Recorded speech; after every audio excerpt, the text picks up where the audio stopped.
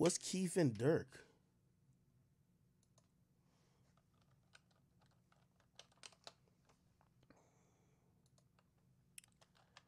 Chief Keef, Lil Durk.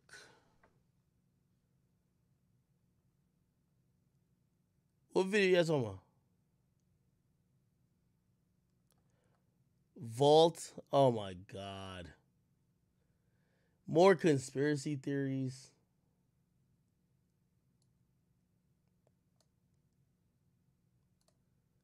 Let's watch this real quick.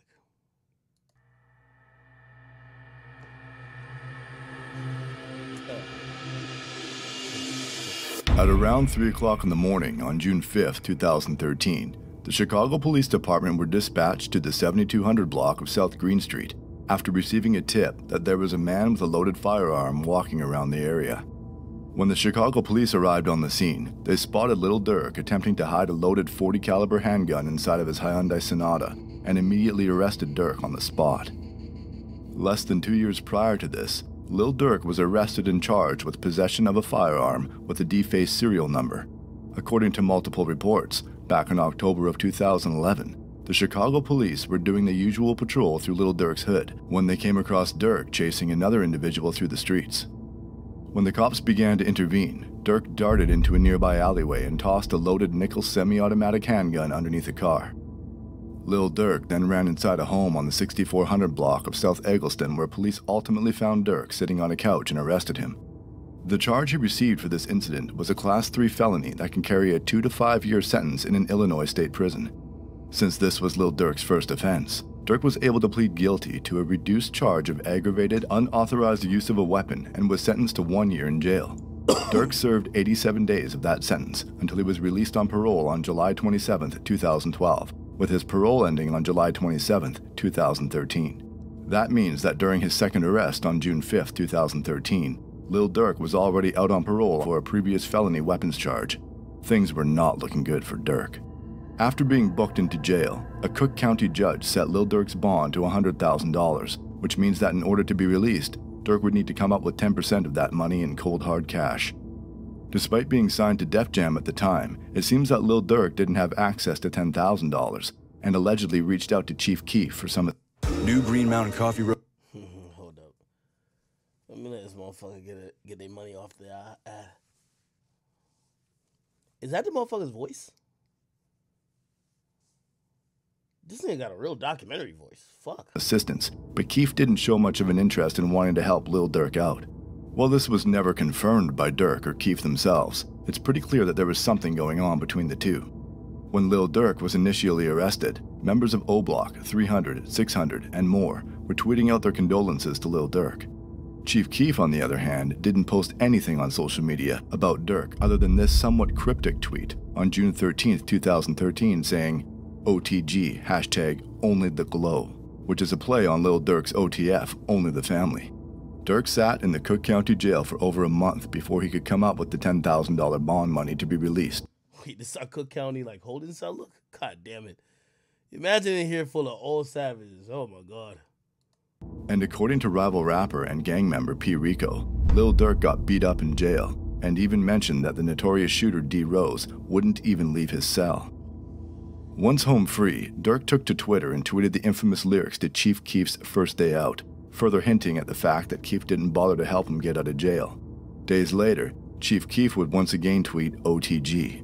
Lil Durk would then proceed to go on somewhat of a rant on Twitter, starting out with shouting out Lil Reese and Fredo Santana for keeping it real with him. Then goes on to say that Chief Keef would have been killed if it wasn't for his affiliation with 300. Durk then states that he's better off beefing with the opposition and seems to banish Chief Keef from the block by saying, "Where are you going to spend it at? Because you can't come around here with it." 10 minutes later, Lil Durk continues his rant by saying, "All the money but can't go get D-Rose? Laugh out loud. Bad enough he's on your ass already." He then tweets, "If you're squad, why didn't you get T-Slick or D-Rose? You got a bigger deal, right?" And then ends his rant with, "Warning, I'm not Soulja Boy. This shit can get ugly." Chief Keef soon fires back by tweeting, "Just bought a 2013 four-wheeler for $10,000, which was the exact amount of money needed to bond out Lil Durk." Keef then goes on by saying he is O-Block and closes the conversation by saying he can't believe Lil Durk was stunting for Twitter. Chief Keef would then find himself in various legal situations throughout the rest of 2013, and even ended off the year by being sentenced to 90 days in a rehab facility in Malibu, California. Upon being released from rehab, Keef returned home only to find O-Block requesting $7,500 in cash to bail out an incarcerated O-Block member by the name of Trey 5. Trey 5 was arrested on November 11, 2011 for aggravated battery and discharge of a firearm. He was being held in the Cook County Jail on a $250,000 bond and had been sitting in there for over 2 years at the time. O-Block claimed to already have around $18,000 for the bond, which is why they asked Chief Keef for $7,500, giving them $25,000 in total to bail out Trey 5. Keef made it seem like it was no big deal to give them the money, claiming he had just recently spent the same amount on shoes, but when asked to actually give them the money a week later, Chief Keef said he threw it all in the club and ended up not giving them a dime. This soon resulted in a situation that would change Chicago drill music forever. On March 26, 2014, Chief Keef was ordered to appear in a Chicago courtroom in regards to one of his many legal troubles at the time. While at court, members of O-Block such as Boss Top and OJ, along with some THF 4-6 members, allegedly broke into a home in Northfield that was being rented by Chief Keef's former manager, Uncle Ro, and Keef himself. The group was armed and allegedly went through the entire house, stealing a wide variety of designer clothes, bags, and shoes. It was also reported that Boss Top even stole Chief Keef's daughter's clothes and diapers, along with the diaper bandit. Fuck. I remember, yo, so quick story. Before me and Vaughn, like, we did the interview, like, Vaughn was like, yo, he was like, nigga, you be knowing what's going on in Chicago. I'm like, Vaughn, what you talking about, man? And he'd be like, yo, and he said, this Boss Top. I didn't even know how Boss Top looks. He said, this Boss Top back here. I said, what the fuck? Only thing I could think about Boss, I'm like, that's the nigga that stole all the motherfucking diapers out Chief Keef's crib. God damn, that nigga stole even detergent, deodorant. Now, I didn't know this part of the story. I'm gonna be honest with you. Like, I just thought that nigga was just down bad. I didn't know that, like, this sounds like they were stealing it because Keef wasn't about to pay somebody's bond. I thought that nigga was just a crackhead. I'm gonna be honest with you. Laundry detergent and deodorant. While this was taking place, one of the that nigga sound like Mealy Mall. people inside the house, rumored to be Brandon Zerer, aka Twin City CEO, based off these tweets, called 911 and reported that there was an armed robbery at the home. Then, moments later, Chief Keef returned home from court where Boss Top would allegedly snatch Chief Keef's iconic Johnny Dang piece off his neck, while O-Block OJ would reportedly snatch GBE Capo's Jesus piece. This would escalate the situation to an entirely different level when a 33-year-old man and associate of Chief Keef by the name of Terrence Smith was unfortunately shot during this altercation. After the shots were fired, the group allegedly stole Chief Keef's silver 2010 Jeep Grand Cherokee and fled the scene. Chief Keef and the other Glow Gang members inside the house then rushed Terrence Smith to the hospital, where it was determined he would luckily survive his injuries. When questioned by authorities, nobody said a word, which resulted in no arrests being made, but officers in the Gang Enforcement Division released a document stating that the Black Disciples are having an internal conflict and listed 3 photos of the persons of interest in the situation, with one of the people being Tyree Davis, aka Boss Top. The official document stated, officers assigned... Yo, this nigga got the creepy music and everything. Damn, this nigga found the cutouts from the newspaper. This nigga good. Yo, Trap Geek, this nigga coming for you, boy. This nigga coming for you, boy. Trap Geek, get on your shit. This nigga coming. What's the other Chicago page?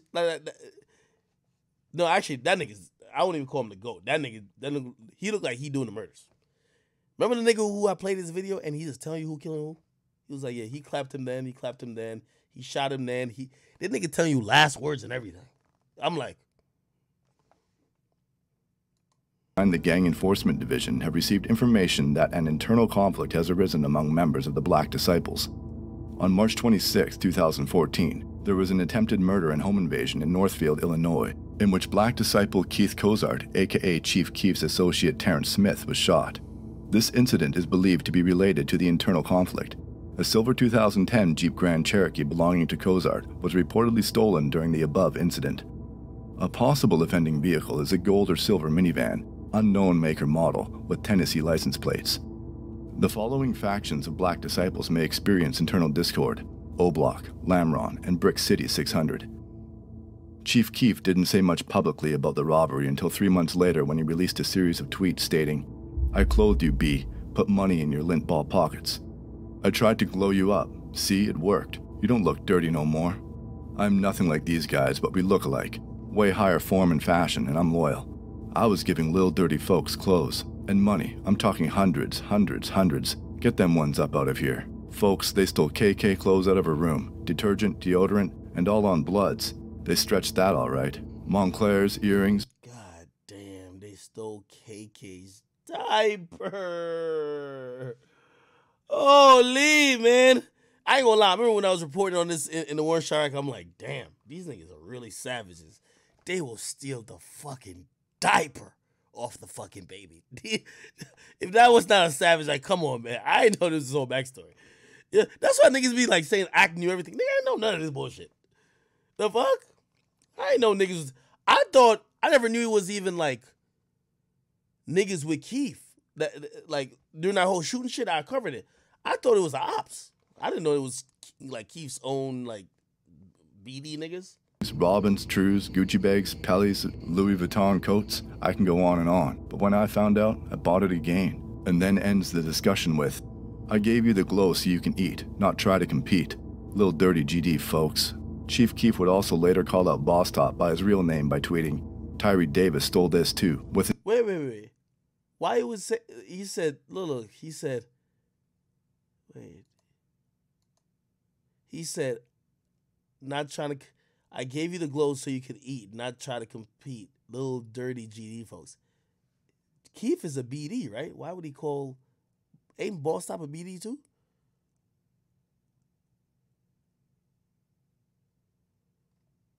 Chat. I don't know. GD, folks. Chief Keef would also later call out Boss Top by his real name by tweeting, "Tyree Davis stole this too," with an Instagram link to a now deleted photo. Keef would later do the same thing to his former go-to producer Young Chop by tweeting out, "Old stuff Tyree Pittman stole while I was in court one day," with another Instagram leak to a now deleted photo. Shortly after this revealing Twitter rant, Lil Durk and THF Basie would post a video to social media taunting Chief Keef and GBE Koppel by wearing Koppel's stolen chain, while posted up in front of a TV playing Chief Keef's "Close That Door" music video. At the end of the video, you can even see Lil Durk pointing to Chief Keef's chain on the TV and saying, "We got that too." A few weeks later, Chief Keef moved to Los Angeles, California, and hasn't returned back to Chicago, ever since he was betrayed by those he once called family.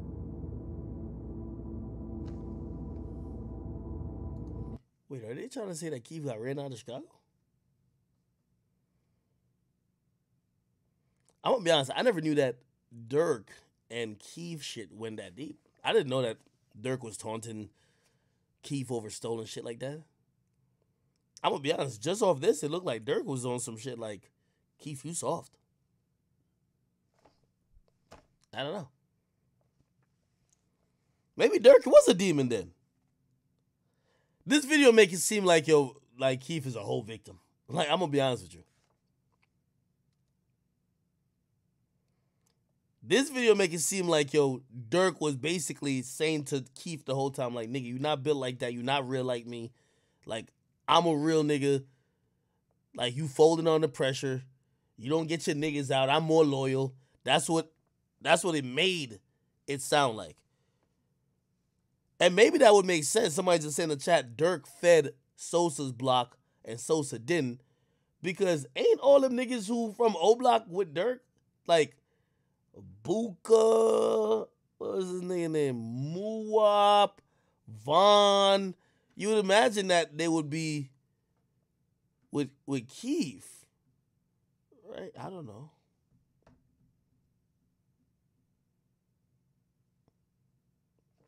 This guy name is Evolve. Bobby Smurf. King Von's dark moment on Twitch. What is this, bro? Hey, check this out. Hey, how much money did you make last week? $3,000.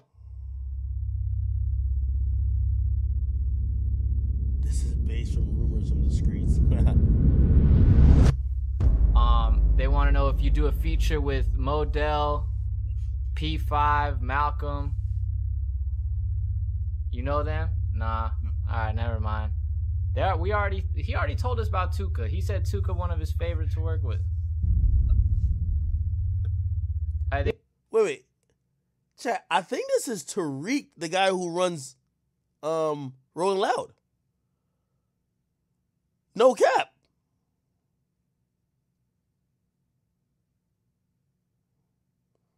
It's no way the guy that runs the Rolling Loud don't know that Tuka is a deceased rapper from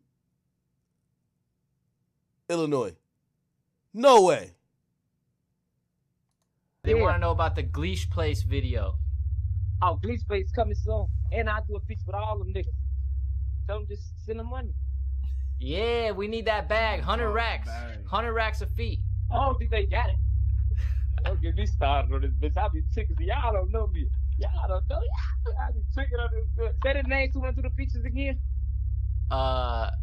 He'd have to scroll up. I can't even see that shit. Hey, y'all, listen to the names he said went through the features. We'll get a clip of it and we'll send it to you. Alright, tell me the names. Listen to the names he said want to do a feature with. They want to know if you'd ever do a song with Young and Ace, Jada Youngin, and K. I don't know who that is. No, say the other names you said. You gotta scroll up so I can read that. Can you do that for me? If you do a feature with Modell, Tyreek, P5, or Malcolm. What the fuck? Look out, folks. Look. That's a no. Hey, this is Slutty, right? Pause. Like, that name sounds crazy. The other nigga was Muwap, right? This is Slutty, right? Do I got all the names right? This guy died with Vaughn, I believe. Am I tripping? No, this is Louis.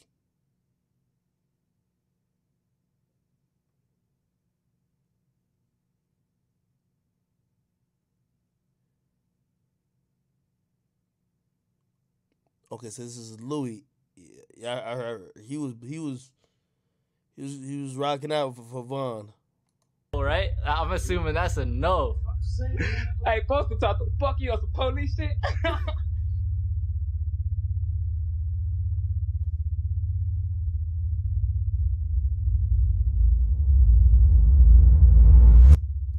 How they get this drone footage of O-Block? October 8th, 2020, King Von made a guest appearance on Rolling Loud's Twitch show, The Leak, a live show that discusses all of the upcoming releases in the hip-hop industry. The first half of the show goes as planned, with the hosts asking King Von various questions about his upcoming project, Welcome to O-Block, and his plans for the future. But it wasn't until the very end of the stream where things started to get really, really dark. A user suddenly appeared in the Twitch chat under the alias SaltyKnob713 and proceeded to write this message in the chat. At Rolling Loud, ask Vaughn if he'd do a feature with Modell, Tyreek, P5, or Malcolm. The hosts begin to relay this message to King Von, but his reaction to it seems very odd, doesn't it?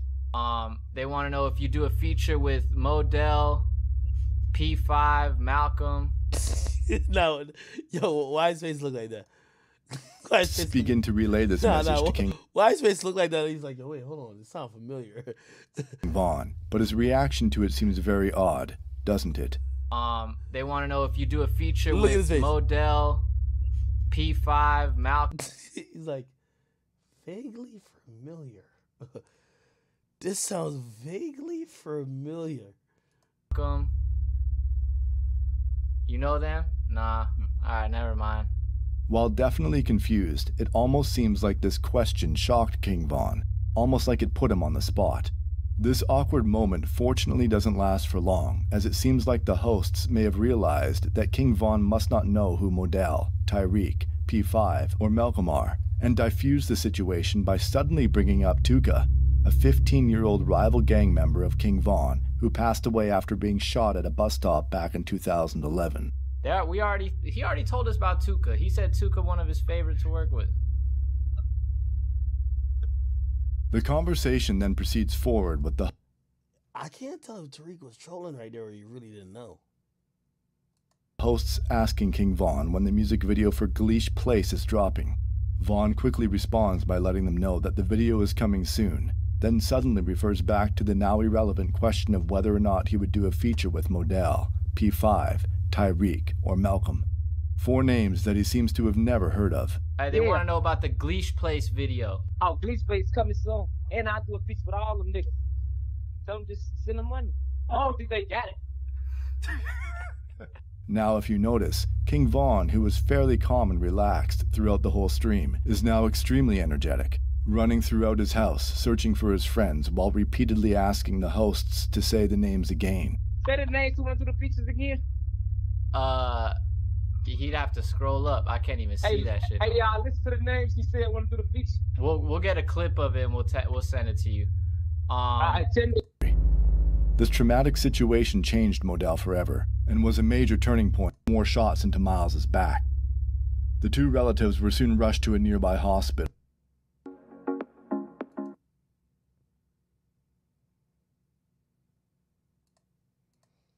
Yo, whoever the fuck this nigga is, Wildin plugged this nigga move fast. An hour ago, DJ Akademiks speaks on Lil Uzi giving Britney the beats. This is a stream clip. This nigga move quick. God damn it. He was a well-known drug dealer in the area. Tough time identifying the body. This case, Tyreek did not survive, and once again this case is still unsolved. 29th, 2014, and hopes to obtain a deal with... Alright, man, I don't know why y'all be doing this to me every time, man. Like, listen, man, I'm gonna try to take a nap after this, man. I want to keep reading about all this murder, kill, death, that shit, man. Come on, man. Y'all niggas cut this fucking malarkey out, alright? Y'all cut this out. Oh, since, I think she already kind of, put it out there. I want to send my biggest congratulations